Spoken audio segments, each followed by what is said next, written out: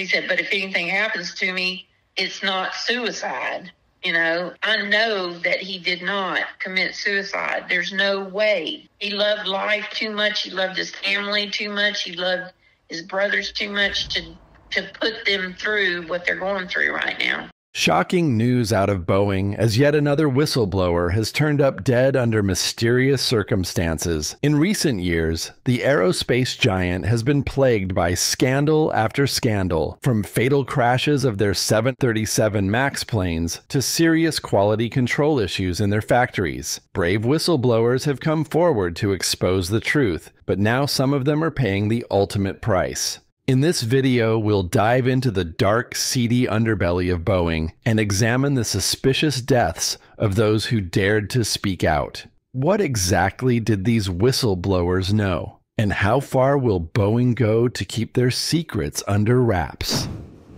Officials say 62-year-old John Barnett died Saturday from an apparent self-inflicted gunshot wound. Barnett recently testified against Boeing in a whistleblower lawsuit.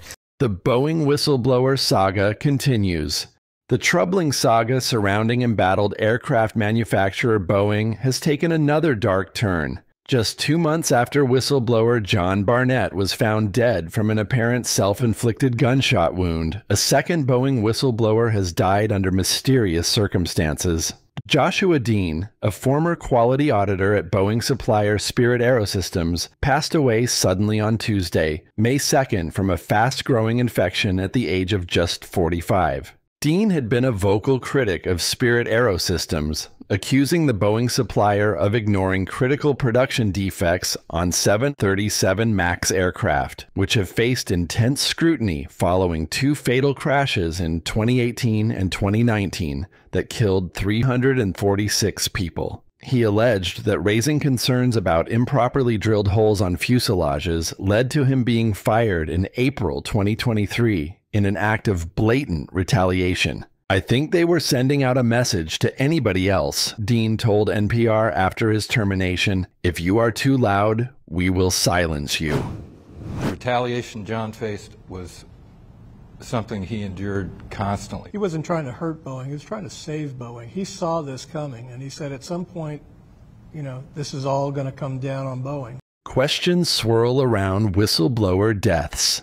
Coming so soon after John Barnett's mysterious demise, Dean's passing is raising disturbing questions about a potential pattern. Barnett, a former quality control manager who worked at Boeing for over 30 years, was found dead in a hotel parking lot in Charleston, South Carolina on March 9th. He had been in town to provide depositions for his ongoing whistleblower retaliation lawsuit against the company. Charleston police say the 62-year-old died from a self-inflicted gunshot wound, but the case remains under active investigation. Barnett's lawyers expressed shock at his death, telling media outlets, "We didn't see any indication he would take his own life, and that no one can believe it." He had accused Boeing of prioritizing speed and cost-cutting over safety and quality, leading to the use of defective parts on 787 Dreamliner aircraft.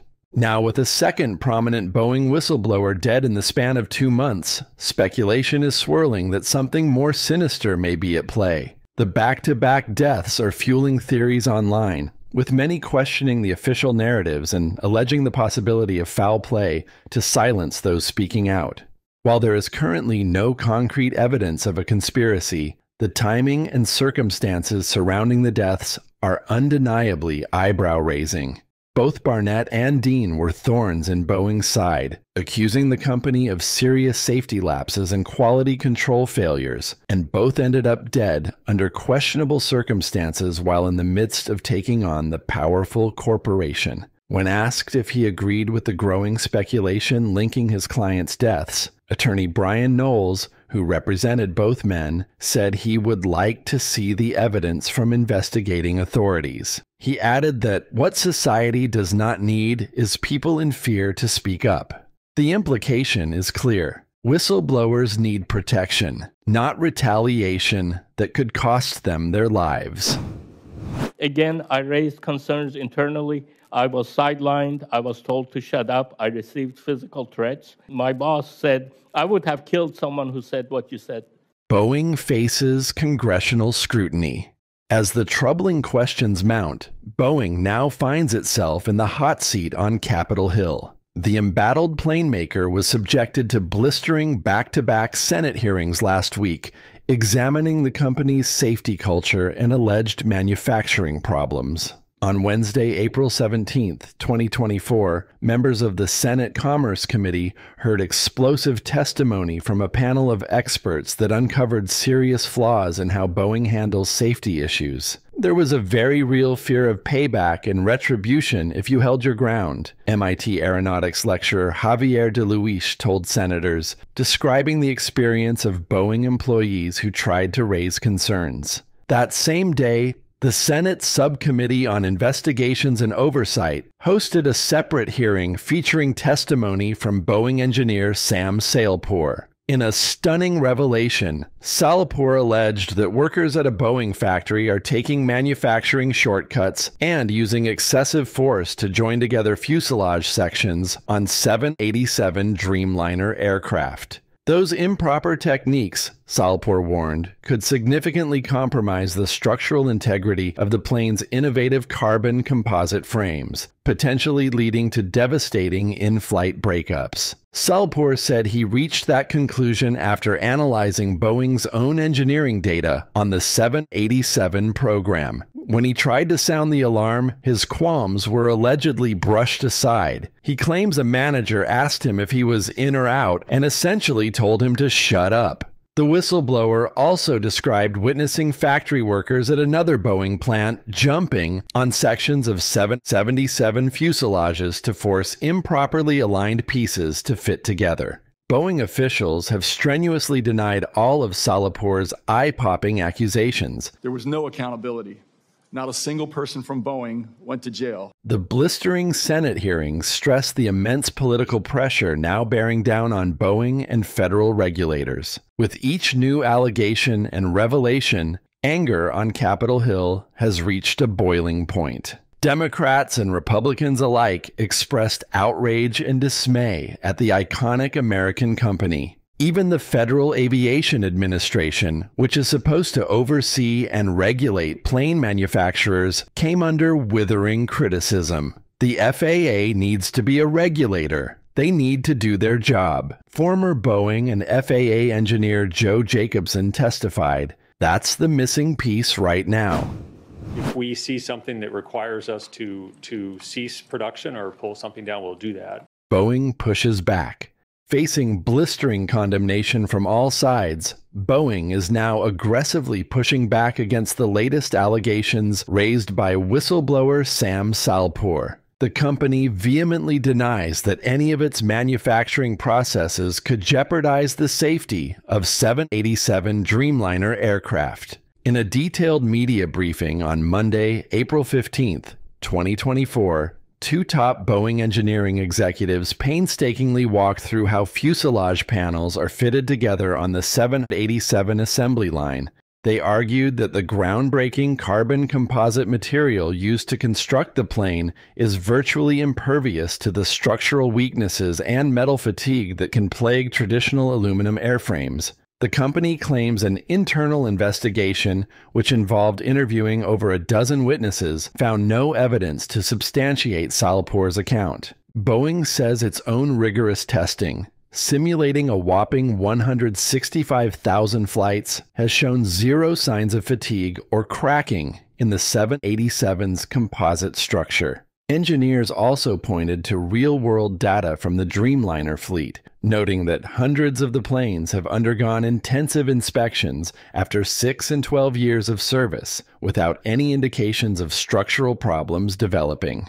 The company did acknowledge discovering a fuselage gap issue on some 787s back in 2019, but says that led to design tweaks and process changes to resolve the problem.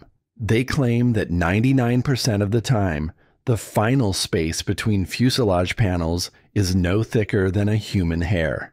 Boeing also flatly rejected Salpour's separate allegation that he witnessed 777 assembly workers jumping on misaligned fuselage pieces to force them together.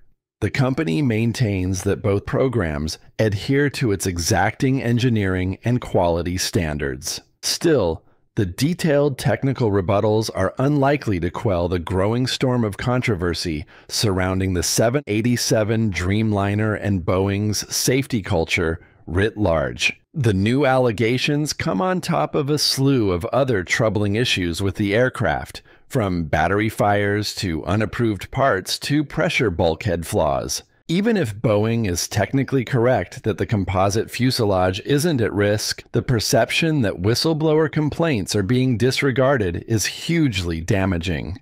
The lack of transparency has only fueled more suspicions, speculation, and mistrust. Well, clearly, using the chairman's words, reform must happen.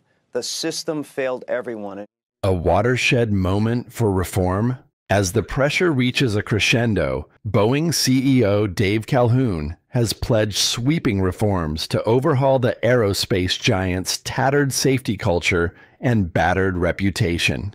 In March, he announced plans to step down at the end of 2024 after a turbulent tenure marked by scandal and crisis. He called the terrifying incident in January when a panel blew off a Boeing 737 MAX mid-flight, a watershed moment for the company that will spur a major reset. But after so many jaw-dropping allegations, botched responses, and whistleblower retaliation incidents, there remains plenty of skepticism about Boeing's commitment to real change. The Federal Aviation Administration has also pledged stricter oversight after being accused of cozying up to Boeing for years. The regulator is currently conducting multiple investigations into the company's safety practices and has curbed Boeing's production of 737 MAX jets pending further review. Still, many argue the FAA must go further to restore trust. Some are calling for a fully independent investigation and a top-to-bottom house cleaning at the agency to root out industry influence. As the company faces ongoing probes by the FAA, Justice Department, and Congress, the burning question is whether this will finally be the tipping point for meaningful change after so many shocking safety breaches and whistleblower scandals. The flying public deserves to have total faith that the aircraft they entrust their lives to are sound and that those who discover problems can speak out without fear of reprisal. Boeing still has a very long way to go to prove that is the case. The deaths of two whistleblowers who tried to expose the rot only deepen the crisis of confidence. No matter what really happened to John Barnett and Joshua Dean, make no mistake. Their blood is now on Boeing's hands in the eyes of many. Every revelation of misconduct and malpractice further erodes trust and raises the stakes for real accountability. The watershed reform moment Boeing so desperately needs may have finally arrived, but it will require a radical course correction and relentless transparency to pull out of this nosedive in credibility.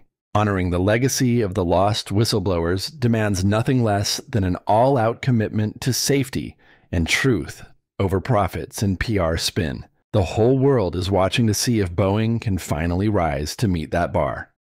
Now it's time to hear from you. What do you think really happened to Boeing whistleblowers John Barnett and Joshua Dean? Do you believe their deaths were purely coincidental tragedies, or could something more sinister be at play to silence those speaking out? Is Boeing doing enough to fix its safety culture and address these troubling allegations? Share your thoughts and theories in the comments below.